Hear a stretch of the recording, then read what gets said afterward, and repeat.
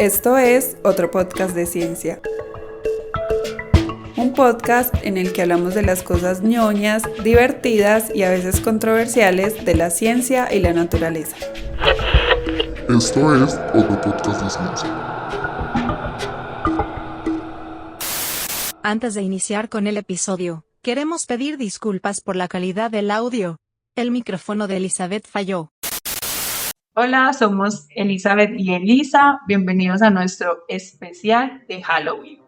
Para quienes solamente nos escuchan, hoy estamos vestidas para la ocasión porque un especial de Halloween sin disfraz no vale.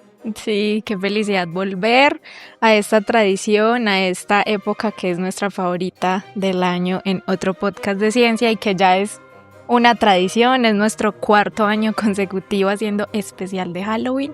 Por si no han escuchado los otros episodios, vayan a escucharlos, que todos son temas súper interesantes y muy de Halloween, muy de la época. Sí, exacto. Para quienes nos conocen, saben que amamos Halloween y aunque no hayamos publicado constantemente por acá, si hay algo que nunca nos ha faltado son los especiales de Halloween. Uh-huh. Entonces, bueno, hoy nos vestimos para la ocasión. Yo soy Amanita muscaria, el famoso hongo rojo con punticos rojos, con punticos blancos. Yo soy una serpiente o algo así. Que hace alusión al tema del que hablaremos hoy. Sí. Así que le concedo a la serpiente el placer de contarnos pues lo del tema de hoy. Hoy vamos a hablar de el arma letal de una criatura que es muy temida, pero también muy admirada en ciertas culturas. Ya vamos a hablar un poquito de eso. Y es que hoy vamos a hablar no solo de la serpiente, sino específicamente del veneno de las serpientes. Exacto, vamos a hablar de unas pociones mágicas, ya que estamos en Halloween, que son los venenos de serpiente. Y antes de adentrarnos un poco en el mundo de los venenos de las serpientes, vamos a hablar de la mitología y de cómo han sido vistas las serpientes en la historia como tal. En las culturas humanas las serpientes han sido vistas de muchísimas formas, como seres sagrados, como seres malignos, como dioses de la naturaleza, y la podemos ver como una de las representaciones más famosas es en la Biblia, como un ser malvado, por decirlo así. Está Medusa, que en vez de cabello tiene serpientes, y en algunas culturas indígenas americanas como dioses de la naturaleza, un ejemplo muy famoso es la anaconda. Uh-huh. Y para empezar, a mí me gustaría hablar justamente de esa forma en la que se ha visto la serpiente según la Biblia. Entonces estaba leyendo un texto en el que mencionaban que según Aristóteles, todos los seres vivientes que tienen tacto, tienen deseo, dolor y apetito. Y pues la serpiente es justamente un animal que no tiene extremidades, prácticamente podríamos decir que toda su piel está tacto, y es un animal que se está arrastrando, moviendo por la tierra en constante contacto, sintiendo. Por lo mismo, pues según eso, un animal de deseo. Uh-huh. Y si vamos al Génesis, que es donde comienza esta historia, pues la serpiente es justamente eso. Llega donde Eva a seducirla con el fruto prohibido, y pues luego Eva, que acepta este fruto prohibido, seduce a Adán, y con esto llega el castigo, la condena, la culpa, y pues son sacados a Eva del paraíso. Ay, que justamente esa visión de la Biblia fue la que llegó con la colonización a América, y se ha tenido esa visión de que la serpiente es algo malvado, es desde ahí, porque como mencionabas, Eli, en las culturas americanas pues hay una diversidad de representación de las serpientes dentro de lo que puede ser admirable y lo que puede ser terrorífico. En el Amazonas, como decías, está la anaconda, que para ellos significa vida, que es madre del agua, que se habla de que es un dios, que ya voy a decirles el nombre, que se llama Yacumama, significa madre del agua, y precisamente vive en el río Amazonas, y es algo positivo para ellas porque es quien da vida, precisamente.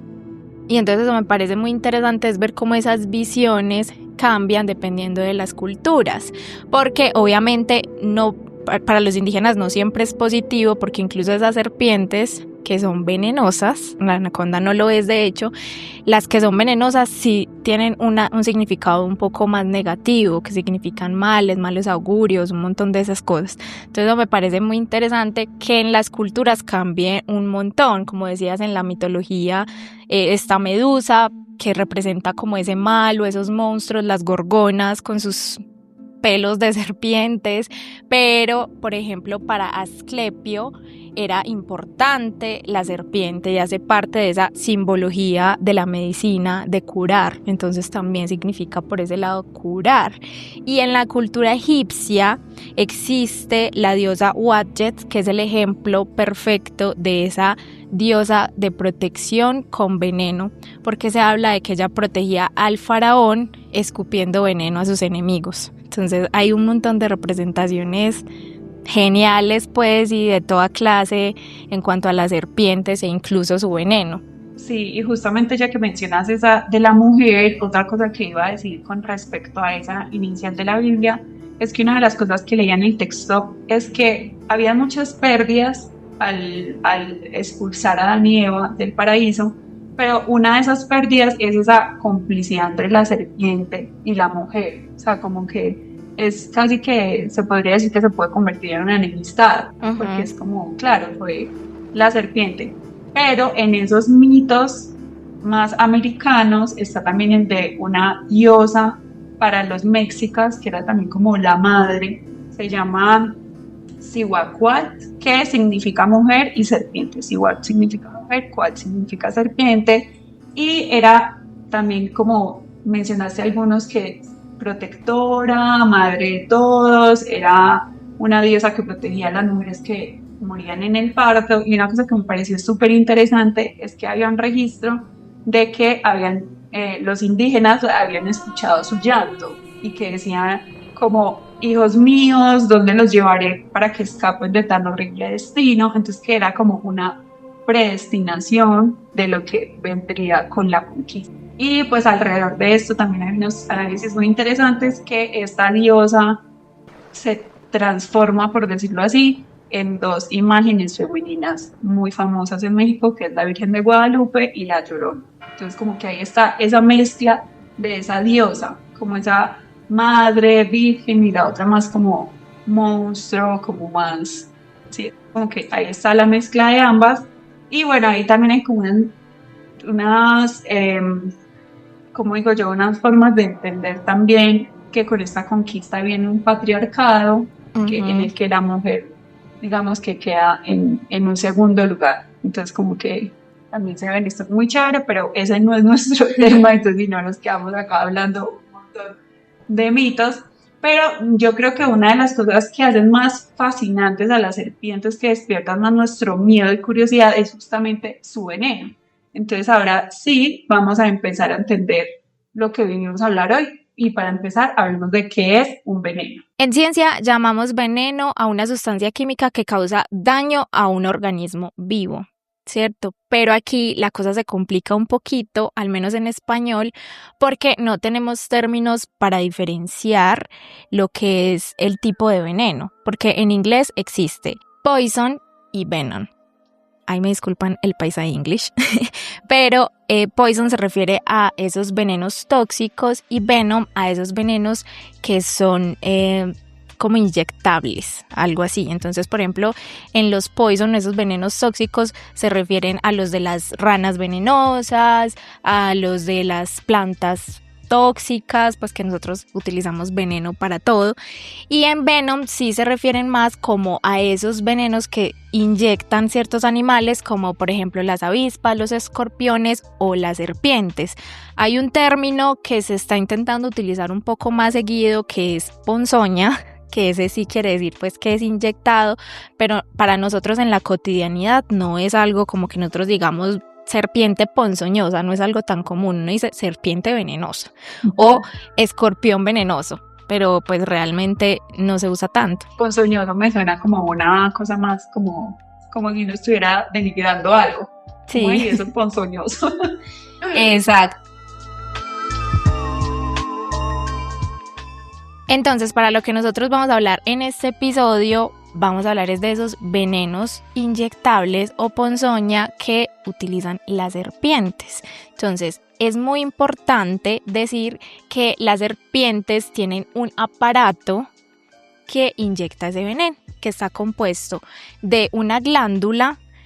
De esa glándula es muy interesante pues que en la evolución se ha modificado y es la misma glándula salival que tenemos muchos vertebrados, solo que está modificada, y esta puede estar recubierta de unos músculos que ayuden a que esa inyección sea más eficiente, y aparte de eso de un aparato inyector que en este caso son los dientes de las serpientes, que están adaptados perfectamente para esa inyección de veneno que funciona como una aguja hipodérmica. Entonces, los dientecitos son literalmente como una aguja, tienen un huequito en su colmillito que les permite inyectar, y que esa musculatura que tienen alrededor de su glándula que digamos ahí almacena incluso veneno, pues les permite esa inyección eficiente. Y bueno, que eso va a variar según las especies y ya vamos a hablar un poquito más al interior de eso.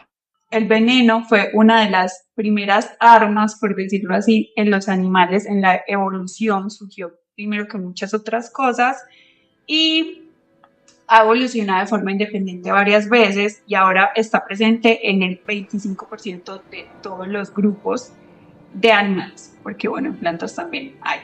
Y tener veneno en un animal lo convirtió, digamos, como en más que una batalla física. Entonces muchas veces no es necesaria tanta la fuerza y puede darse una pelea David contra Goliat perfectamente, en la que el animal, después de que inyecta su veneno, espera a la muerte del animal. Sí, eso es muy interesante. La especie como tal no tiene que tener como una fuerza así brutal, porque ya tiene su arma letal, que es el veneno, y que puede ser muchísimo más eficiente que otro animal que sea muy fuerte. Bueno, ahí se da esa batalla, pero pues el veneno ya sabemos que es extremadamente eficiente, y dependiendo pues de la especie, pero es brutal. Y en esta carrera armamentista, en la evolución de los venenos, pues también se ha generado una resistencia a ciertos venenos, por lo cual hay venenos que son súper complejos, muy específicos y que atacan pues como ciertas cosas. Entonces eso también es bastante interesante en los venenos. Y si hablamos específicamente de los venenos, pues ya habíamos dicho qué es un veneno. En las serpientes es un complejo de muchas sustancias. Entonces tenemos proteínas, lípidos, carbohidratos, que pues digamos que ahí cumplen diferentes funciones.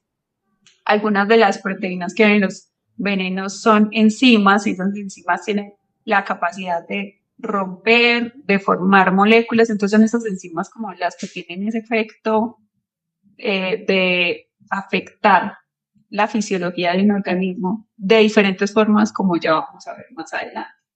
Es justamente un cóctel de un montón de moléculas súper complejas, y que también, dependiendo del grupo y de las especies, esas moléculas van a variar.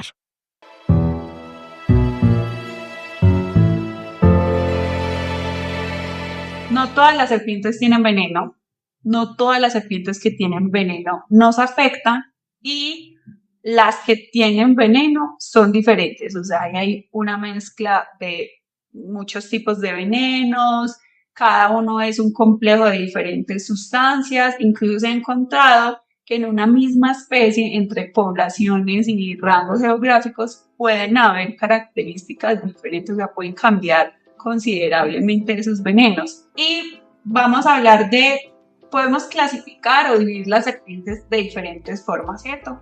Pero para este tema vamos a dividirlas de una forma anatómica que se basa en cómo están dispuestos los colmillos y en la forma en la que inoculan el veneno.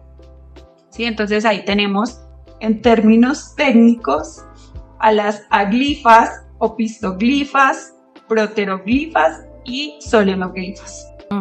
Sí, eso es muy interesante, porque justamente toda esta cultura de la que estábamos hablando en un inicio nos ha hecho creer que las serpientes todas son venenosas y todas son peligrosas, pero resulta que, como dice Eli, no todas las serpientes son venenosas y no todas las que son venenosas nos afectan a nosotros como seres humanos. Entonces, eso depende justamente de ese aparato que tienen anatómico en su boca, ese aparato ponzoñoso que tienen o no.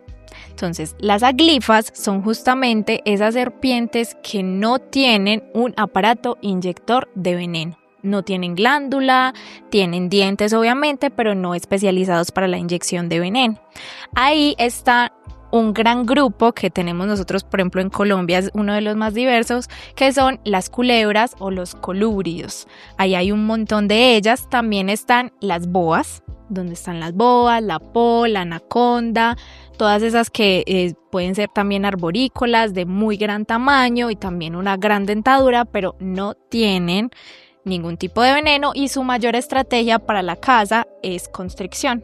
Por otro lado tenemos a las solenoglifas, que son las que tienen el aparato ponzoñoso más eficiente, y ahí están las víboras, o sea, la talla X, la mapaná, la víbora de pestañas, patoco. Bueno, ahí hay una gran cantidad, al menos aquí en Colombia tenemos una muy buena diversidad, y resulta que ellas tienen su glándula, que está ubicada entre el ojo y la boca, recubierta de un músculo, y ese músculo está conectado, y esa glándula, a sus dientes, que están justamente muy adelante, y aparte de eso son retráctiles. Entonces ellas tienen la capacidad de sacar sus dientes, que son como agujas, ya les decía, para poder inyectar ese veneno, y es súper eficiente, es extremadamente eficiente, y ese veneno es para nosotros de importancia médica, es decir, puede afectarnos a nosotros los seres humanos. Por otro lado están las proteroglifas, que también tienen un diente que está en la parte muy adelante de la boca, pero que no es retráctil como en las víboras. También suele ser muy eficiente, pero no tanto como en las víboras. Y aquí están las corales. Aquí este veneno también es de importancia médica, también puede afectar al ser humano. Son venenos muy eficientes, ya vamos a ir ahorita hablando un poco más a detalle de eso. Y por último están las opistoglifas, que son esas serpientes también de la familia Colubridae que les mencionaba en un inicio, que tienen un colmillo que está más en la parte posterior, también en forma de inyección, pero este no es tan eficiente, porque al estar en la parte posterior, aparte de eso, en la glándula no hay un músculo que les ayude como a esa inyección, entonces ellas tienen que acomodarse muy bien y hacer como una especie de fuercita y como de mordida para poder que se inyecte algún tipo de veneno. Entonces realmente estas serpientes no son peligrosas para nosotros, pueden causar una irritación, pero realmente no es algo grave. Al menos no las que tenemos en Colombia. Puede que hayan otros casos diferentes en otros países, pero en Colombia ninguna de estas serpientes o opistoglifas causan un accidente demasiado grave. Sí, lo que yo estaba leyendo de ese último es que como que deberían mantenerse y como mantener ahí a la víctima para poder inyectar el veneno. Sí, es un poco más compleja esa inyección, no es tan eficiente como en las víboras o en las corales. Esa forma y disposición de los colmillos entonces no solo define cómo muerden las serpientes, sino también cómo inyectan su veneno. Pero como les decía, cada serpiente tiene un tipo diferente de veneno. O sea, cada compuesto es diferente y existe una gran variabilidad en esa composición. Como ya les había dicho, incluso puede variar en una misma especie. En general, yo creo, no sé si me equivoqué, haya otras, pero las familias de serpientes que tienen veneno son Colubridae, que mencionaste ahorita, entre esos tipos, Viperidae, donde están las víboras, y el Apidae, donde están las corales, la cobra también está ahí, y las de agua también están ahí. Sí, en Colombia solo tenemos una especie de coral de agua, pues, que está dentro de esa familia, que es una acuática 100%. Y la mamba negra también, que es una como de las más peligrosas de su veneno. Uh-huh. Es uno de los más peligrosos. Entonces, esa variabilidad de venenos, pues, nos lleva a pensar también que podríamos clasificarlos de muchas formas, pero vamos a hablar de esos modos de acción, por decirlo de alguna forma, que tienen los venenos. Antes de mencionarlos, igual quiero decirles que esos venenos también funcionan y en general funcionan de forma mixta, o sea, como que las toxinas pueden atacar diferentes tejidos, diferentes sistemas en el cuerpo, pero entonces vamos a clasificar como esos modos de acción. Entonces tenemos neurotóxicos, hemotóxicos, citotóxicos y miotóxicos. Podemos empezar por el tipo de veneno que tienen la mayoría de las víboras en Colombia, que son venenos hemotóxicos y miotóxicos, citotóxicos también. Pero entonces, hemotóxicos quiere decir que dañan la sangre, dañan los tejidos, específicamente los glóbulos rojos, porque causan una coagulación defectuosa. En la mayoría de los casos lo que hacen es que la sangre se coagula y al coagularse esa sangre y estancarse de algún modo causa necrosis. Entonces es un dolor muy local, suele sentirse ese tipo de veneno y causan esos enrojecimientos o ennegrecimientos en las partes, en las extremidades donde ocurre el accidente. También son miotóxicos porque actúan sobre los músculos, los actúa destruyéndolos y esto es una estrategia muy eficiente para ellos a la hora de cazar, porque claro, a su presa le inyectan este veneno y pues ella empieza a tener efectos negativos en sus músculos, entonces no puede escapar. Entonces esa es otra característica importante en las víboras. Aunque yo leí que en las cascabel también podría haber neurotoxinas. O sea, como que ya vamos a hablar de ellos, pero en general en las víboras lo más común es lo que acaba de mencionar Elisa, pero se pueden encontrar neurotoxinas. Eso, por eso decía que en la mayoría, porque hay esas excepciones. En el caso de Colombia está la cascabel, que es esa víbora que tiene, aparte de estos componentes que son hemotóxicos, citotóxicos, miotóxicos, también es neurotóxico. Entonces es una serpiente bastante peligrosa, pero accidentes con ellos no son tan comunes como en el caso de la víbora Botrox asper, que es una de las serpientes que más accidentes zoofílicos causa en Colombia. Bueno, nos faltó ahí citotóxicos, que es que afectan las células en el lugar de donde ocurre la herida y pues se da inflamación, ampollas y muerte del tejido. Entonces en general este tipo de mordeduras lo que hacen es que afectan donde está la mordedura, pero se empieza a desplazarse por el cuerpo y entre más se demoren a ver una solución de la que ya hablaremos más adelante, pues más tejido va a afectar. Y por otro lado entonces están los neurotóxicos, que son en su mayoría los que tienen las corales. Ya habíamos dicho también por ahí una que otra víbora como las cascabeles, pero este es el componente principal de la familia Elapidae, de las corales verdaderas.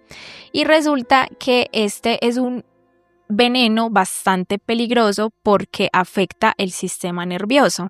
Entonces ellos bloquean justamente esos impulsos nerviosos y lo que pueden causar es una parálisis respiratoria y bueno, eso puede causar paros cardiorrespiratorios. Entonces es muy interesante porque una mordida de una coral a simple vista no se ve.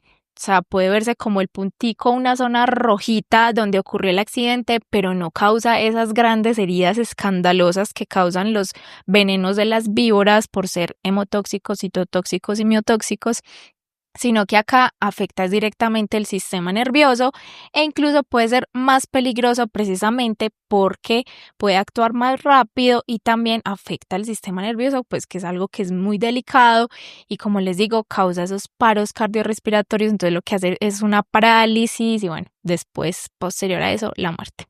En el caso de la familia Colubridae hay especies que son venenosas también, entonces ese efecto no lo tenemos nosotros, pero sí lo tienen otros animales. No estoy segura cuál de esos efectos y no sé si sabes, pero pues digamos que aunque no lo mencionamos acá, las culebras, aunque no nos afecten a nosotros, bueno, podría haber algún efecto ya según pues como el individuo que se pueda... Como una alergia. Sí, que pueda reaccionar, pues, pero a mí me mordió una culebra, pero claro, como que me mordió y se quitó. Entonces creo que tampoco alcanzó A inyectar a veneno. inyectar Sí, a nada. mí también me han mordido culebras, colurios, pero creo que nunca han inyectado veneno porque lo único que siento es como, pues como el dolorcito ahí del raspón. La última vez me mordió una Mastigodrias danieli, especie endémica de Colombia, que, bueno, obviamente porque esto no se debía hacer, pero pues yo lo requería hacer por trabajo, necesitaba tomarle unas foticos, entonces la agarré y pues obviamente ella se defendió, me mordió, casi no me suelta, que yo creí que me iba a alcanzar a inyectar veneno porque estaba en ese movimiento de, de morder bastante, pero cuando la solté, efectivamente no me había inyectado veneno, solo tenía pues ahí como la mordida de sus colmillitos, pero no me había hecho nada. Y es que es muy interesante este tema de los venenos de los colúridos porque se habla de que realmente este es un veneno que está más asociado evolutivamente es a la digestión de la presa y no tanto a la muerte como tal, pero también puede causarla. Obviamente es una estrategia bastante eficiente y que aunque para nosotros puede que no cause algo extremo, obviamente para un ratoncito o una rana que son más pequeñas, que tienen otro tipo de sistemas inmunológicos y bueno, que hay un montón de cosas súper diferentes, sí las puede afectar. Y otra cosa que quería mencionar, pues como hablando del tema de los venenos, que recuerdo muchísimo que hablábamos en clase, es que no todas, pero las corales suelen ser muy coloridas, entonces es muy fácil identificarlas. Y son serpientes que tienen un carácter y una personalidad muy tranquila. Y realmente uno en serpientes, en muchos animales, uno puede identificar como unas personalidades. O sea, yo he visto serpientes, esta sencoa, ¿cómo es que se llama? Imantodes, Imantar la sencoa. ojo de gato, Por es ejemplo, hermosa. esa es una culebra, tiene una personalidad, pues digo personalidad, no es una persona, pero pues, o sea, tiene como un carácter súper tranquilo y de verdad no puede ver eso. Entonces, en las corales es un poco, eso son serpientes muy llamativas, muchas como decían, no todas, y son serpientes tranquilas, lo que nos da como cierta ventaja porque su veneno es bastante peligroso, porque es neurotóxico. Mientras que las víboras se camuflan súper bien y tienen un mal carácter. Sí, tienen un mal carácter, son bien bravas, pero digamos que aunque su veneno también es muy peligroso y puede llevar a la muerte, entonces pues como que es un poquitico, en algunos casos, como más fácil de tratar o que se puede tratar como más rápido, algunos como les decía, y también como esa solución o ese antiveneno, también hay más para este tipo de serpientes, pero ya hablaremos de eso. Y que en las corales también está la gran ventaja de que su colmillo es muy pequeño. Sí, está adelante, tiene un aparato muy interesante pues desde la inyección de veneno, pero es un colmillo extremadamente pequeño y ellas también suelen ser pequeñas. Entonces tener un accidente con corales es muy complicado, es muy difícil. O sea, tiene que ser que o usted iba descalzo por ahí y la pisó o se puso a manipularla sin saber que realmente no se pueden manipular y que es una serpiente peligrosa y ocurrió este accidente, porque incluso han habido casos en que la gente va y las coge, las manipula y ella no hace nada. Entonces, eso da también pues otra ventaja, por lo que dice Celi, son serpientes que tienen un veneno que es muy peligroso para nosotros, pero que tienen una tranquilidad impresionante. Pero eso no quiere decir que vayan y las cojan. O sea, de verdad, recomendación, no moleste las serpientes. Usted la puede ver como una falsa coral, pero por favor no toquen a ninguna. Exacto, incluso las serpientes, las víboras, que se habla pues de que tienen un mal carácter, que son un poco más reactivas, serpientes un poco más reactivas, ellas siempre y cuando se dejen tranquilas no atacan. Si uno les mantiene su distancia prudente, ellas no atacan. Si uno se mantiene alejado 2 metros, puede admirarla, tomarle fotos y seguir su camino tranquila, ella se va a quedar ahí también supremamente tranquila. Eso sí se ponen en posición. Ah, sí, siempre alertas.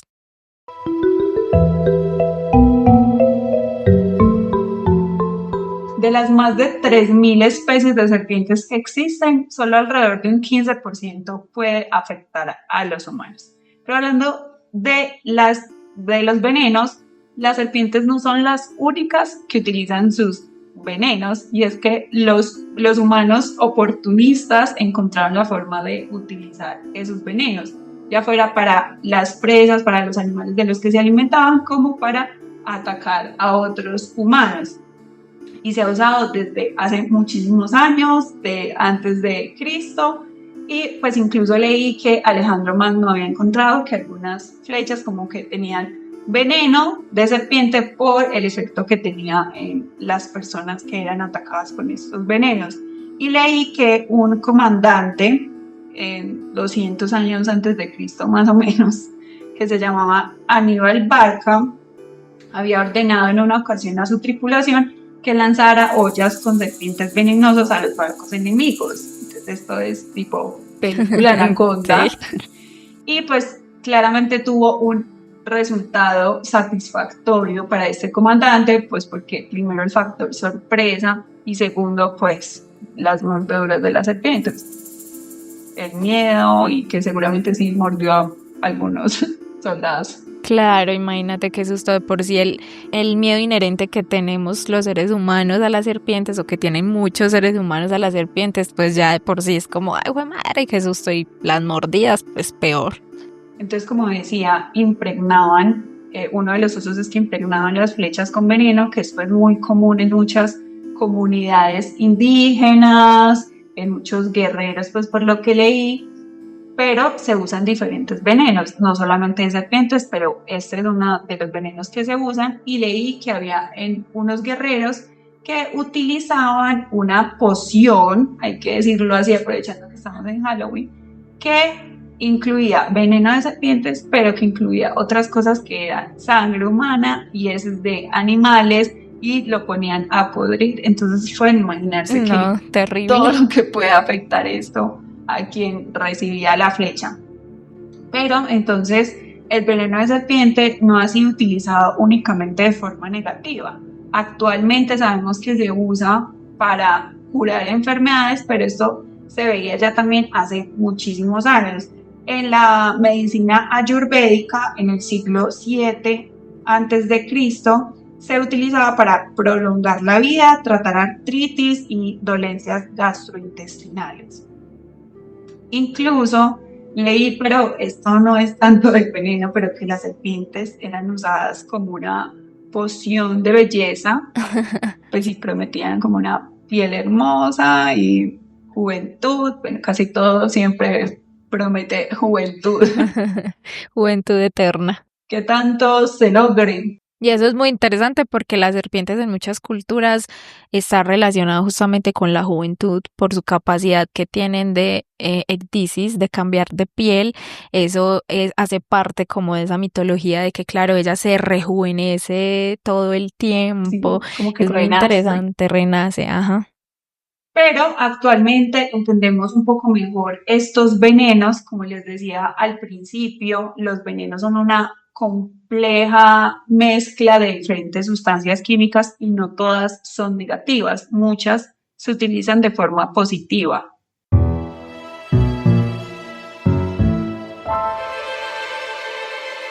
Es muy interesante todos esos usos que se le empezaron a dar al veneno, porque se empezaron a dar cuenta que el veneno en bajas dosis podía también tener beneficios a diferentes enfermedades. Incluso algunos se dieron cuenta por accidente. Por ejemplo, yo leí que se informó que pacientes con epilepsia dejaban de tener pues como ese ataque epiléptico cuando eran mordidos por serpientes cascabel. Entonces, claro, en un principio uno diría, pues claro, pues está siendo afectado por ese veneno que tiene, pues que es neurotóxico. En ese momento no se sabía, pero ahí se empezaron a dar cuenta como, claro, si pueden ser en bajas dosis, quizás tengan alguna aplicación un poco más interesante. Y por ejemplo, también en 1934 se descubrió que el veneno de cobra en pequeñas dosis era muchísimo más eficiente para combatir el dolor que la morfina. Además de que pues no era adictivo como lo puede ser la morfina. Entonces es muy interesante como esas aplicaciones que se empezaron a dar cuenta como en pequeñas dosis la cosa puede cambiar. Entonces, gracias a esa complejidad química, muchos componentes del veneno se han convertido en modelos de desarrollo fármaco, Y algunos ejemplos muy famosos son captopril, que es derivado del veneno de una especie de Botrops y es usado para tratar la hipertensión. No sé si se ha usado para algo más, pero eso leí. O Agrastat e Integrilin, que son inspirados en toxinas de víboras que previenen la formación de coágulos. Otros usos interesantes que se les han dado a los venenos de las serpientes son cosas un poco más específicas y que no están, digamos, tan extendidas en el mundo de la salud, como hablábamos de este medicamento del enalapril, del captopril, pero me pareció muy interesante encontrar que, por ejemplo, se usa la hemocoagulasa, que viene de la Botrus atrox. Se usa en Japón, India y Corea para el tratamiento de hemorragias internas y externas, justamente porque este componente es uno de los encargados de hacer esa coagulación que afecta incluso a los tejidos cuando hay accidentes ofídicos. Y otro interesante es el de la corotoxina, que se usa mucho en China como analgésico para el dolor intenso, como una alternativa a la morfina justamente. Y pues actualmente siguen habiendo un montón de estudios alrededor de los venenos de la serpiente y sus posibles aplicaciones, porque claro, hablábamos de estas serpientes que son neurotóxicas y esa neurotoxicidad que cosas positivas pueden tener, como por ejemplo les decía ahorita el ejemplo de la epilepsia, porque claro, los neurotóxicos causan parálisis, entonces eso puede ayudar en ese tipo de enfermedades. Entonces es muy interesante saber que las serpientes que tienen un veneno que a nosotros nos puede causar como ese impacto, ese miedo, ese rechazo justamente a estas serpientes venenosas, pues realmente tienen aplicaciones que pueden ser muy interesantes, y si desaparecen, pues desaparecen también esas posibles aplicaciones que son importantes para la medicina de nosotros.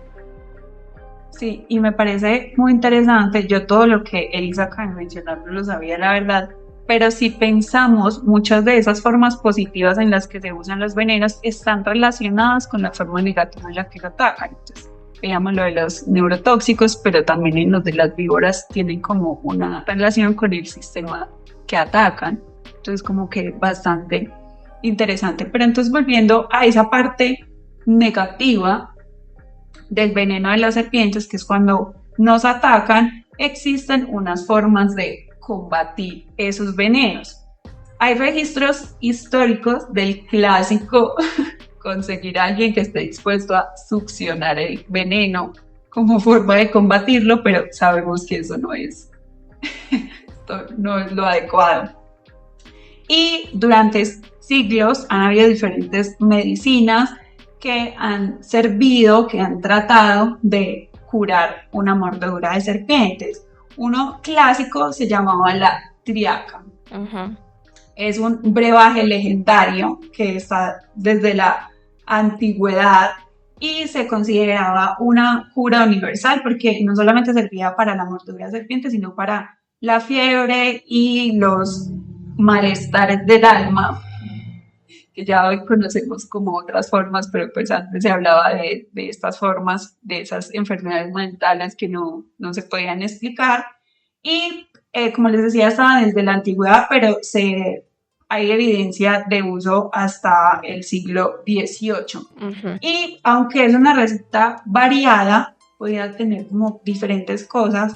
La versión más famosa, que es la Gran Triaca, tenía lo siguiente: serpientes molidas con opio, hierbas, especias, incluso polvo de movia.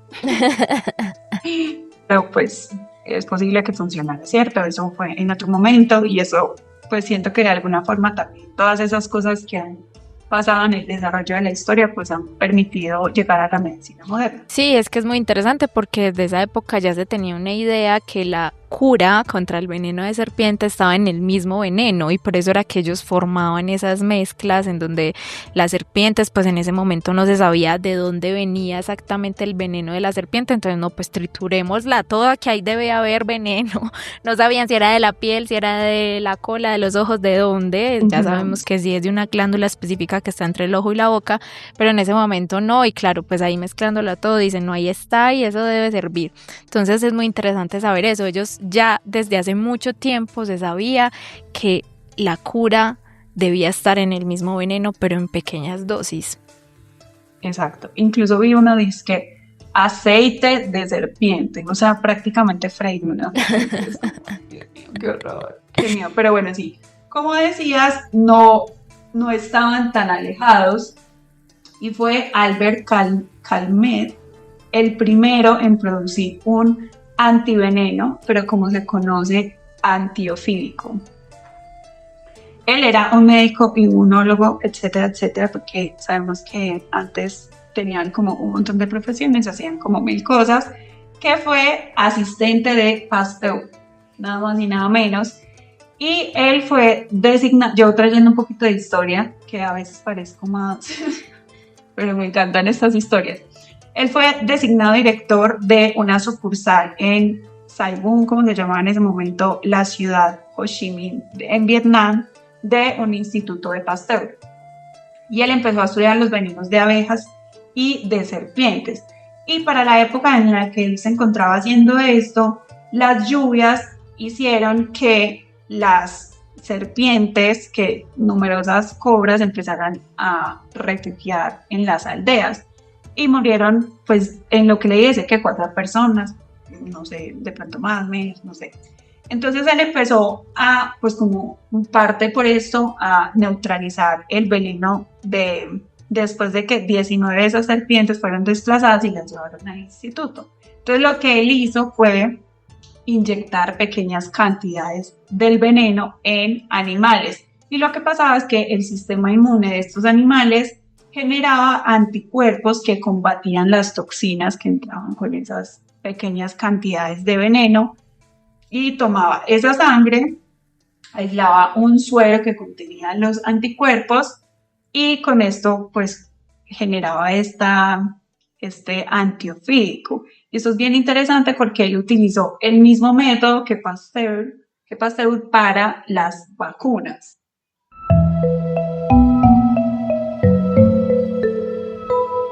A mí me parece impresionante es que desde hace tanto tiempo se haya tenido registros de este tipo de cosas.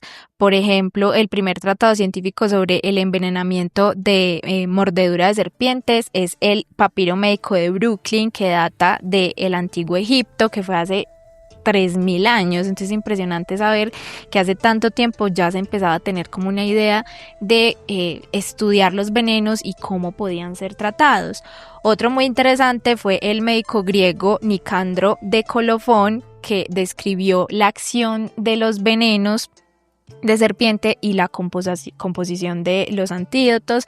De hecho, él también hablaba de esta triaca, de esa mezcla importante pues que se tuvo en ese tiempo, de esa combinación de la que ya hablábamos, de plantas medicinales, de veneno de serpientes. Y algo muy interesante de Nicandro es la forma en que divulgaba este conocimiento, y es que él escribía estos libros en los versos al estilo de Homero, el famoso escritor de la Ilíada. Entonces era algo muy interesante porque lo hacía de una manera, podríamos decirlo, muy divulgativa, pero que también esa forma de escribir pues le metía sus cuentos un poco mitológicos de especies que incluso no existían, especies de serpientes súper extrañas y mitológicas, pero pues era muy interesante también esa forma de escribir y divulgar sus conocimientos.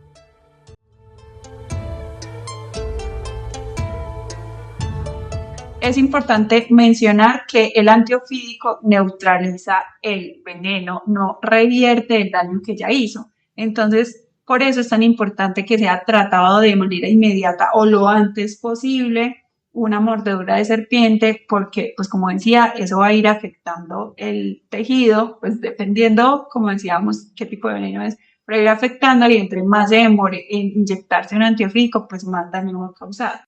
Ujú. Para entender otras cosas interesantes del efecto que tiene el veneno, quería mencionar a otro médico inmunólogo muy importante que estaba en Sudamérica, que se llamaba Vital Brasil. Me encanta. En el caso de él, se hizo famoso por el descubrimiento de la especificidad del suero antiofídico. Entonces, este concepto lo que hizo pues y su trabajo fue empezar a generar una tecnología pues nueva para el desarrollo, o sea, como para desarrollar de una mejor manera el suero antiofídico y que fuera más efectivo. Entonces empiezan a crear sueros que son específicos y antiofídicos que son polivalentes. Entonces aquí vamos a un concepto bastante importante en los venenos de serpientes y es que, bueno, los antiofídicos, mejor dicho, y es que se pueden clasificar en monovalentes y en polivalentes. Esos monovalentes es cuando son contra una determinada especie de veneno, o polivalente cuando es eficaz contra una amplia gama de especies o varias especies diferentes, que acá, pues como uno de los más famosos es en víboras, hay venenos, hay antiofídicos, perdón, Polivalentes. Ajá, que incluyen a todas las especies de víboras. Por ejemplo, eso es muy interesante, pues esos descubrimientos de que sean aún más específicos, porque los antiofídicos tienen que ser entre más específicos, obviamente mejor, porque pues si no pueden afectar como otras cosas, pueden causar alergias, pueden haber como otras complicaciones. Entonces es importante eso, que en los países se tengan antiofídicos que sean específicos para esas especies, ese grupo de especies. Esto es importante porque, como lo hemos dicho en el transcurso del episodio, los venenos son muy complejos y esto implica que no haya un antiofídico para todas las serpientes, incluso no se puede hacer investigación para todas. Entonces hay mordeduras que seguramente no tienen aún un antiofídico y a la vez, como no todos son usados tanto, pues se hacen muy costosos y quienes más se ven afectados por las mordeduras de serpientes son los que no pueden acceder justamente a esos antiofídicos. Y que eso es un problema de salud pública en países tropicales como acá en Colombia, que esa falta de sueros antiofídicos afecta un montón a las poblaciones campesinas, que es justamente donde ocurren este tipo de accidentes ofídicos, que no hay suficientes venenos. Imagínate donde todos tuvieran que ser específicos de las serpientes, que aunque ya sabemos que hay algunas serpientes que causan mayores accidentes, pues no siempre son las mismas. Entonces, que sean polivalentes permite justamente que esa especificidad pues no afecte a la hora de inyectar este tipo de antiofídicos. Y volviendo al tema de lo peligroso que es el veneno de las elápides, esta es justamente donde menos desarrollo de antiofídicos hay. Entonces, para acabar de ajustar. Sí, porque eso es importante. Un suero antiofídico de víbora no se puede aplicar ante un accidente ofídico que ocurrió con una coral, porque ya sabemos son completamente diferentes, sus venenos son diferentes, por lo que sus antídotos también son diferentes. Entonces no es algo pues que se pueda aplicar como ahí sí, cualquier serpiente venenosa, no, tienen esa especificidad. Sí, porque como decíamos, además, si está atacando el sistema circulatorio, si está atacando el sistema nervioso, pues no tendría mucho sentido. Uh-huh. Y en Colombia, como dices, hay una escasez de este tipo de venenos también porque no hay tantos accidentes, entonces digamos que la demanda no es tanta. Entonces eso es algo complicado porque, bueno, si decimos no hay tantos accidentes, tenemos la ventaja de que no son serpientes tan agresivas, de que tener un accidente es muy difícil, pero cuando ocurre, esos venenos son escasos y es una problemática bastante grande. Aquí varias veces Elisa dijo veneno, pero se refiere a antiofídico. ¿Qué recursos se están dando para que estas investigaciones se sigan desarrollando alrededor de los venenos de los elápidos y que se sigan desarrollando justamente grandes cantidades de estos sueros antiofídicos para las regiones incluso alejadas de Colombia? Y bueno, esto fue todo por este especial de Halloween. Hay muchísimas cosas alrededor del veneno de las serpientes y de las serpientes, muchas cosas interesantes, pero bueno, tratamos de traerles aquí como unos platicos para que aprendamos un poco de esto. Como les decía, yo me disfracé de hongo, este hongo también es tóxico, ahí les dejo el dato. No venenoso, pero sí tóxico. No ponzoñoso, pero sí tóxico. Sí, puede ser de uso recreativo también. Bueno, listo, eso es todo. Espero que les guste, que se hayan inspirado en nosotros para su próximo disfraz, que hayan aprendido y los invitamos a que nos sigan en todas las redes sociales como @otro podcast de ciencia, en X como podcast raya piso ciencia, a que nos sigan en las diferentes plataformas de podcast, en YouTube, ahí pueden ver también pues como el video y otros videitos que subimos en los shorts, y pues si quieren se suscriben y comparten esto con otras personas que creen que les pueda interesar. Nos vemos en un próximo especial de Halloween.